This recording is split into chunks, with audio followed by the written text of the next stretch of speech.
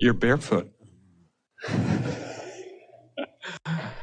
It's because energy is flowing all the time. And this way, it's easy to just let it. Anything that restricts or binds sort of stops the flow. Okay. Scott said I was going to be up here, and it... Oh, Scotty. Yeah. So here I am. And I also mentioned to him that my wife is, and it's part of my background, my wife is now at the Women's International AA Conference with 3,000 women, and she's teaching meditation to a good chunk of them, probably this many, which is part of... okay, what's my question? Yeah. That's my question, yeah. My question is, I have all that background and I teach meditation and one of the... I love your teachings and I use them in teaching my students and whatnot, but I also am... It seems like there's a lot of truth in the fact that that I'm not a body exactly. I'm that which is aware of the body. There's a sense of awareness. Well, then through the process of meditation, you've managed to accomplish on a regular enough basis the frequency of that broader perspective. So you are seeing through the eyes of Source, is what you're describing to us. So that's what I'm, and yet they say, well, we don't believe in the law of attraction and whatnot, and I'm thinking that's just not true. Who doesn't believe in the law of attraction? One specific teacher who teaches this kind of thing doesn't believe in the law of attraction, but I don't think he understands it, frankly. Yeah. It's not possible that he understands it if he doesn't believe in it, because there's not a shred of evidence to the contrary of it anywhere. Yeah. Anywhere. You can't find something broad enough or narrow enough. You can't find a microcosm. You can't find anything that isn't full of evidence of law of attraction. I I agree. I guess probably my question... But in the same way that Esther couldn't find a bright orange external hard drive right there in full sight, and she was blind to it because she believed she had misplaced it, because she feared she had misplaced it. So we are not for a moment suggesting that someone might have an opinion that they believe is valid that is different from what we know to be. That happens all around. To try to convince somebody that what they think is wrong and that what I think is right is really wasted effort, because their opinion keeps validating. It's a really interesting thing. You're going to like this. Law of attraction keeps proving to them that there is no law of attraction.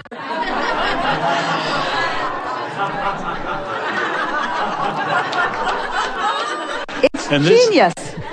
And this seems true even though they seem, from everything I've seen, to be what could be called enlightened. They do have that real connection with Source, and yet they don't see law of attraction.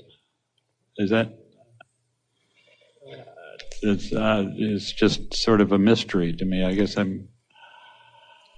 Well, we wouldn't spend too much time worrying about what anybody else is doing. Yeah, I have multiple teachers, and I'm trying to come to a sense of what feels right is that... Good. Yeah, is both your teaching and their teaching, in the sense of how that connects with Source. And I guess that's where I'm going now. Well, listen for the things that they say that resonate with you and receive the benefit of it. And there are a lot of them. Yeah. And listen to the things everywhere that resonate with you. In other words, that's really what that feeling of resonance is. When you hear something that your Source knows to be, you feel the resonance of it. That's the resonance that you feel. And so there are many momentums. In other words, Esther was on a momentum of it's difficult to find someone on short notice to help her out in her house. And so that was the momentum that she had going. And so law of attraction just showed her what her belief was and amplified it, and in the process gave her an opportunity to decide if she wanted to begin practicing a different belief, because whatever belief she is practicing is what the law of attraction is going to bring to her, you see. And so we're not calling it good, bad, right, or wrong. We're just calling it wanted or unwanted, preferred or not preferred. And so everybody gets to decide what they want. So law of attraction is just the best way that we can find to explain to you how it is that you're getting what you're getting, because most people don't even know how it is they're getting what they're getting. They have habits of thought that they've been thinking so long that feel so normal and are oftentimes validated by so much evidence around them that then they conclude that it's true. So they will say, this is a truth. I don't want it, but it is true. And we were wanting people to understand that whatever you have been giving your attention to as an individual or even as a mass consciousness, if you practice the vibration of it long enough, it will become true. Evidence will fill in around it to support it, you see. And that's the thing that is so confounding. Esther argued with us about this quite a bit in the beginning. She would say, well, I know that you don't think I should be talking or thinking about this, but it is true. It is true. And therefore, I've been taught to be objective, Abraham. I've been taught to weigh the pros and the cons, to weigh the pluses and the minuses in order to make a decision. And so when I see something that is true, I think that maybe I should shine a spotlight on it as a truth that maybe others might want to recognize. And we say, but there's another thing that we would factor into that, and that is this a truth that you want to keep supporting? Is this a truth that you would like to keep perpetuating? Is it a wanted truth or an unwanted truth? That's a distinction that many people are not understanding, because you have the ability. Jesus said, turn the other cheek. And it's exactly what he was talking about. Do not continue to give your attention to that which is unwanted, because in your attention to unwanted, you will continue to perpetuate it. So turn the other cheek. Turn in opposition. Look at the other end of the stick, because when you know what you don't want, you know what you do want. So give your attention to what is wanted and be an advocate, a proponent, a perpetuator of that, you see. So we never, ever want to argue with anyone about the truth or the validation that life is giving them. Because when you believe something, life will show you not that it's right or wrong and not that others should be living, but life will show you it's your vibrational offering, and here is evidence of what your vibrational offering is. So then the question is, and it's really what we bring to the party as we are interacting with so many of you, we ask the question, is this thing that you believe is true, and therefore that you're giving quite a bit of attention to, is it something that you want more of in your life experience? If it is, then talk about it a lot. Get right down to detail. Keep it active in your vibration. And law of attraction will keep momentum coming to you to validate that truth. But we want to ask the question, why would you want to validate and perpetuate truths that you don't want to live? And how would you know you don't want to live it? Because there is a source, this consciousness, this enlightenment, this energy that you're talking about. There is a source energy that knows everything that you've been asking for. It's the best of all that all of us have become. And it stands in this vibrational attitude and altitude of high frequency. It is a vibration that you can feel. If you care about how you can feel for it. So as you start tuning yourself to that frequency, you feel better and better. In fact, negative emotion could not exist if there were not separation from that higher frequency.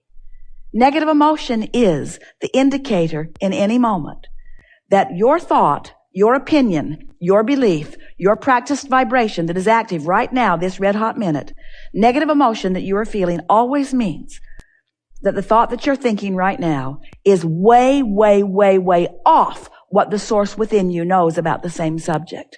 That's why when you hate someone, it feels so awful, because source is not hating that person. And source is looking right where you're looking in this very moment and offering a vibrational attitude about it. When you find the vibrational attitude that source is offering in this moment, you feel the resonance of source. That's when you feel clarity. That's when you feel love. That's when you feel joy. That's when you feel well-being, you see. So when you understand that Source is not dictating what you should want, but Source knows what life has caused you to want. You as an individual and you as collective consciousness. You want to be an uplifter. And when you are not being, you feel bad because you have deviated from who you are. Not from something that Source has assigned to you, not from something that was preordained that you were supposed to discover or accomplish, but something that you have evolved to that now you are stepping back from. This is a thing that most humans do not understand. You have evolved to consciousness that is love, you see. And when you deviate from the love that you have come to, you feel awful. Law of attraction will give you evidence of your deviation because law of attraction is not discerning whether it's right or wrong. Law of attraction is just amplifying whatever you've got going on vibrationally. And isn't that just the perfect universe to live in? Don't you just love knowing that when you are offering a vibration, that evidence of the vibration that you're offering is coming back to you? And don't you further love knowing that you can tell in every moment whether you are in alignment with the whole of that which you've become or whether you have not? So this is not a conversation about right or wrong. It's not a conversation about right teachings and wrong teachings. This is a conversation about resonating with the fullness of who you are, understanding that law of attraction is letting you know all day, every day, what you got going on vibrationally. That's why we explain to you that your whole guidance system, your whole emotional guidance system is all based upon who you have become and who you're being right now. There are these two frequencies that are playing off of one another or blending together. So the more Source-like you are, the better you feel. The less Source-like you are, the worse you feel. So you're moving through life and you're expanding. You're asking for this and this and this. And Source is becoming it and becoming it and becoming it. And when you deny yourself it, when you deprive yourself of it, you feel that diminished feeling, you see. And law of attraction is just this neutral, blessed, perfect manager of vibrations. Law of attraction is the manager of vibrations that makes it possible for you to tune your radio dial to 101 FM and hear what's being broadcast from that signal. That's law of attraction. Law of attraction is just the organizer and the manager, not the decider, not the arbitrator, not the judge of the rightness or the wrongness of your vibration, just a pure responder to your vibration. So there are two parts to this deliberate creation business. First, you got to understand that law of attraction's giving you feedback, blessed, joyous feedback. For what reason? So that you can choose the vibration that is resonant with all that you've become. When you feel negative emotion, it isn't because you've done something wrong. It's because you expanded and you're not keeping up. So you've put your clamps on those tracks and you got rooster tails flying. You could be going freely. You could be going freely, but you're not, because you're holding to a belief that no longer applies. You're smarter than that. You know more than that, you see. That's the best discussion we've had about law of attraction ever. That was the best discussion we've had about your emotional guidance system ever. That's the best understanding of what the art of allowing really is. It's the best discussion about vibration and energy flow ever. And the reason we say the best is because you were right there understanding every word of it, every step along the way. We're really, really smart. And we could tell you things that you couldn't even begin to understand. But we would not call that the best discussion. The best discussion is when we find a way of speaking it to you in a way that you feel the resonance of your being with the truth of who you really are. Lots of ways to skin the cat, but any way you do it, the cat doesn't like it very much.